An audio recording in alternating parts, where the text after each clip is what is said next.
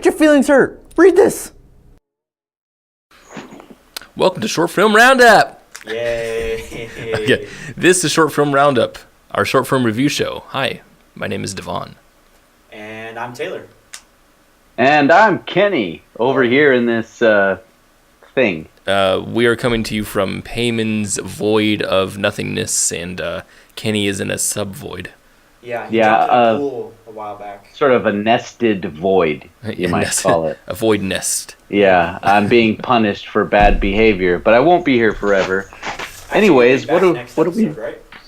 Yeah, what do we do here?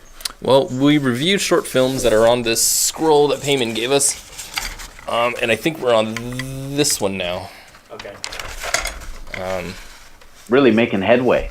Looks like this is Discarted by Declann. Declann Shields. Declann what? Shields, right? Shields? Sure. Declann Shields. There's a link in the description that goes to that movie. What you can do is you can click on that link, go watch the movie, come back and then leave a comment about what you thought about the movie, and then continue the episode.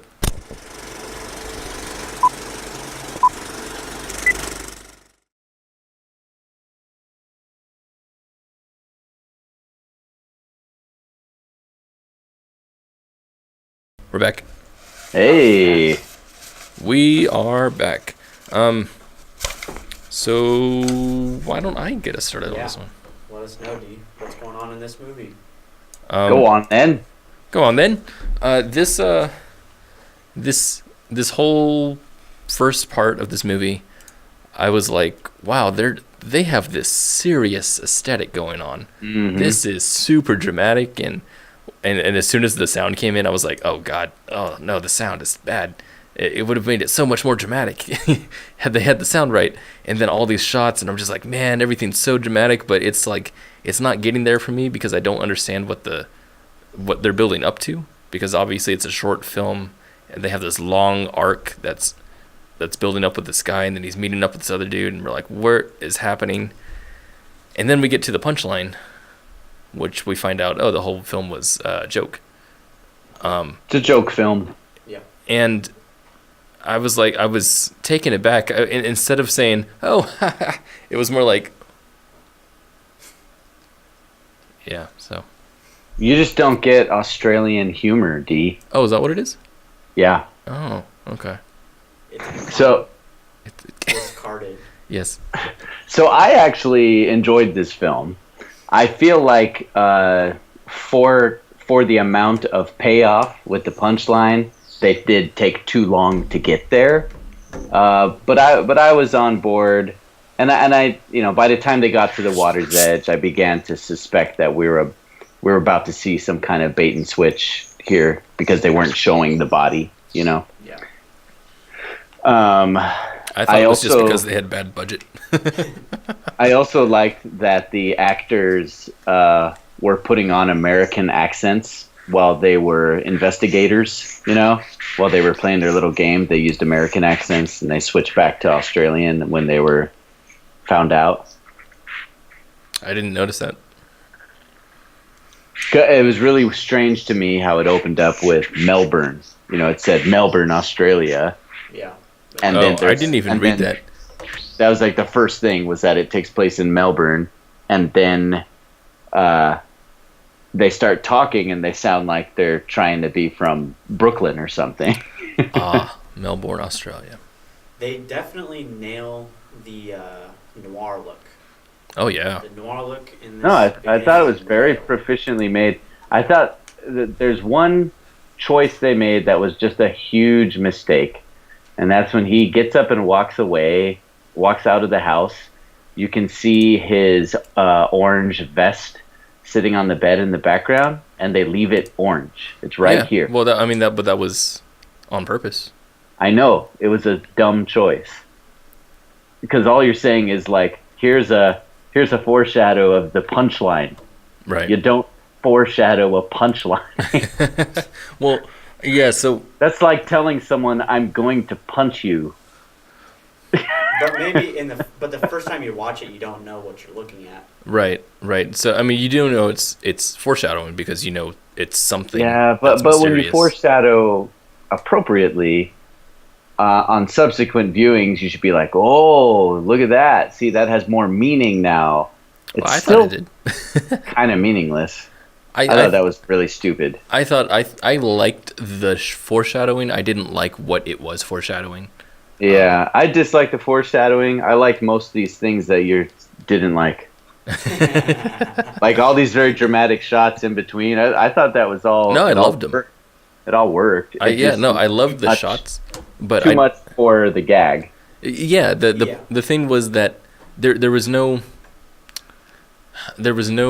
understanding coming to me as I'm watching the film that the point of the film is that none of this matters. You know, that everything you're watching is about to be flipped on its head, and it's not really. What's weird about it is that because they build up this whole convincing set of events, and I think what they should have done was just started here, you know, where the guys are just talking about the murder instead of set up this entire character. Yeah, you're right. No, you could have just started right at that bridge. Yeah, you absolutely could have. They're just practicing a noir style. Yeah. This is purely like a practice film. It really did feel that way, yeah. I'm suddenly sound a lot clearer. And that's... Wow, how'd you do that? Yeah, it's because I'm about to be honest. Oh, okay. I don't think the joke was funny, just as a joke. I didn't think it was very funny. Yeah. It wasn't funny to me that these people were treating a broken shopping cart as a dead body, and then that was revealed. And I also thought that fading from black and white and fading into color as opposed to cutting directly to color, I think that's a personal choice. It is obviously a choice, and it obviously is an intent choice, but I think it significantly dampens the comedic effect. Like it like killed the joke for me in a lot of ways. That's interesting. Because it I don't know. I'm used to comedy being like wham. Right. Well, I to me the punch of the punchline didn't happen on the color. It happened on this cut right there.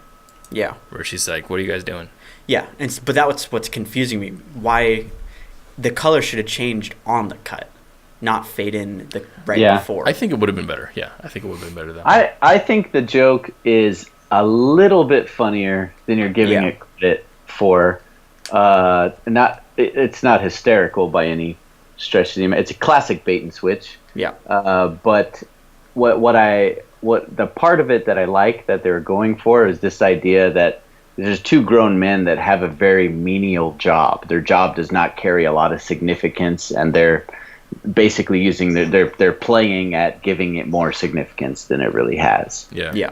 That's where the humor should have been. You know, maybe then what this needs for me is to go even further, right? Like Sin City further. You know what I mean? Right.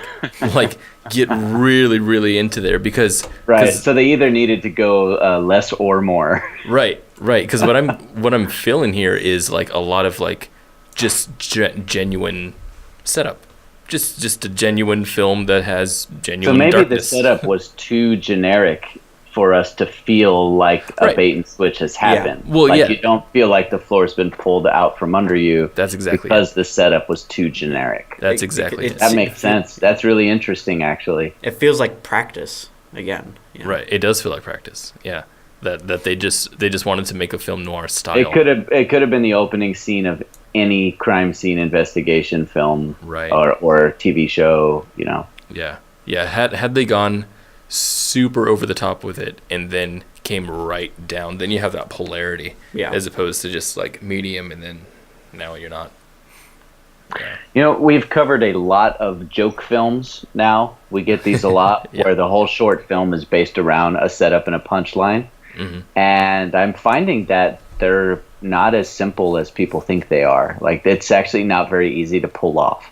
Yeah. People tend to either go too far or not far enough. Yeah. That is interesting. Because you have to have a good joke, and then translating a good joke into, film. Right. Yeah. It's being totally funny different. is it's hard. Yeah. It's tough. And it's a totally different practice from like writing a screenplay. Right. It's a whole different structure. Right. I would love to do a whole series on comedy. like just like breaking down comedy. Yeah. Really analyzing what you're laughing at.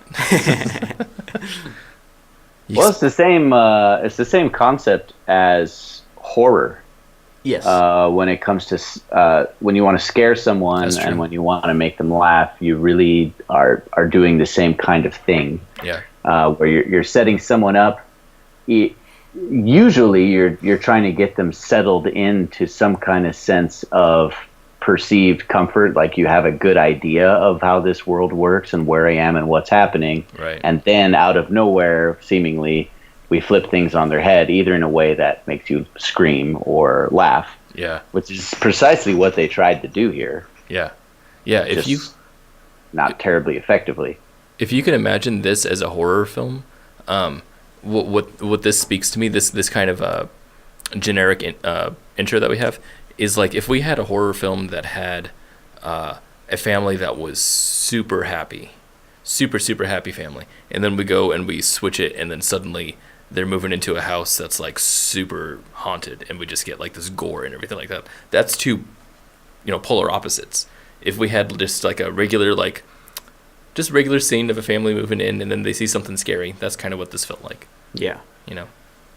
And like that was the punchline. Like that is what we banked everything on. Yeah. And I'm like, yeah, but it's not. It doesn't really work. So that's what it felt like, dramatic curve wise. Yeah. That's what this felt like. So Declan, my first question to you is, what's going on with the orange vest? Because you've done something clearly intentional here, and I'm not sure what it means. So first, we reveal an orange vest in the background when he's leaving to go to work. You can see it on his bed, which to me says he's left it behind, first of all, not brought it with him. Yeah, didn't bring Then, it. when we first cut from her to them, one of them has an orange vest on. Oh, I didn't even notice that, yeah. Not both. Then they stand up, And they both do. and they both have it on. Yeah, I guess that's kind of like, I feel like that's an illusion breaking down. Yeah, that's kind of cool if that's what the case is. Yeah. Tell us about what that meant to you. That would have thematically. been really cool to see, like, throughout the whole film, like, A little pieces. gradual break of the illusion. Yeah, a really gradual thing. That would be really cool. Like, we see, Because like, ketchup packets, you could tell that are this, instead of you could tell this blood. same story with a different intention. Yeah. Meaning it, instead of just getting a quick laugh out of someone, it could have been more about, just like a character piece on people who are trying to find meaning in a meaningless job. Right. Yeah, that would have been really cool. Probably more interesting. By way of praise, I think there are praiseworthy elements of this film. Definitely. Technically speaking, at least with your camera work, you've done very good work here. Absolutely. Oh, yeah. It's all great. Like, it all looks great. It looks really good. Like you said, it is sad that the sound isn't quite up to par with the visual. It didn't kill it for me. It was we've seen a lot worse in terms of sound. It killed it for me because the aesthetic was so so good. Yeah. Isn't that something that, like, the better your visuals get, it means you better up your game with everything else. I love that shot. Yeah, with the title reveal. I love that too. That's amazing. And I'll say this, I'm sorry guys, I'm talking about fonts again, but steel tongs, I know that's what's being used here. Steel tongs is not a title font, but it looks so good here. I think you did so well. If you were the one who did the that was a bold move, using a non-title font in your titles. Wow. Yeah, you're okay there? I'm gonna write home I'm hearing about a that strong one. sense of sarcasm when you speak. Is that coming through the microphone? You're like, oh, sorry, I had my sarcasm filter on. Can you turn off the sarcasm filter? You guys got any questions? Yes. Okay, is a rotary phone too. Yeah. I'm appreciating more little things now. See, again, you nail the noir look. Yeah, absolutely. I want to know if you made this film as an excuse to show off how good you are at doing noir, or as an excuse to practice noir and just kind of make a full scene within that style. or if your main idea was to tell this bait and switch kind of joke thing. So that's what I'm most curious about. I really agree with you now that I think this is a practice film for noir. I did the same thing when I was in film school, and I think this is something I would have done where I'm just like, oh, what would be funny if it's like a joke? I mean, if it's not, then, whatever, but I do respect it anyway. Yeah, I feel like this film is not very funny because, this is just my guess, is that you are a dramatic filmmaker trying to make a comedy. That's what this really feels like to me. The dramatic chops are there. Yeah. The comedy, not so much. Yeah, dramatic. You got dramatic chops. Absolutely. Yeah, no doubt about that. 'Cause that's great. My question to you would be exactly what Taylor said. What was the reason for making it? Was it one of those practice films? Another thing was, what was your decision in foreshadowing? Was that something you just decided to do last minute, or was that like something that you wrote in? Because I would like to know that. Kenny. Just my orange vest question before. The ones at the end. Well, this one too, because why is it there if he did he leave it behind? Right. Did he leave it behind? Or is that symbolic, like he's leaving his orange vest behind to go be important? Or, I don't get it. Other than that, what kind of movies do you truly want to make? Like, if you had no limitations and you could just make whatever kind of movie you wanted to make, what would it be? Yeah, that's great. I want to see some other movies you made. If you made other ones, me too. Send it to us. Yeah, please do. Please, and let us know what you got in the pipeline, what you're working on, and I really hope we get to see another film by you here in the void sometime soon. Yep. Yes. If you, not filmmaker, Declann, if someone else who's not Declann, who we just reviewed his film, has a film and wants us to review it, you can do so by going down to the link in the description. There's a Google form link. You click that and you fill out the form, and it'll send it to us. It'll appear on our list here as required reviewing. It is a requirement for us to review it. Payman's kind of an idiot because he thinks this is a punishment for us, but we actually enjoy it. So we made a YouTube show out of it. Jokes on him. Yeah. We hate this. No. Oh yeah, it's a bummer. So watching these cool films and talking about them with the guys. Don't subscribe. Don't like us. So bad. All right, man. So Kenny. Are you coming back? Good news, man. Our tally is up. I think you get to come back next episode. Yeah. Well, let's hope I don't do anything else to screw up my good standing with Payman. Yeah. Yeah. Did you really learn your lesson from doing the hard time? The swimming pool was pretty great. Yeah. Was it really that good? Because I've been looking at it. I've been eyeing it. Yeah. It's awesome. Oof. Yeah. Was it worth it? I could go for a swim. Yes. Because it's just a very humid 80 degrees in here. I'm just like, I don't know. That's what I'm saying. I guess the episode's about over.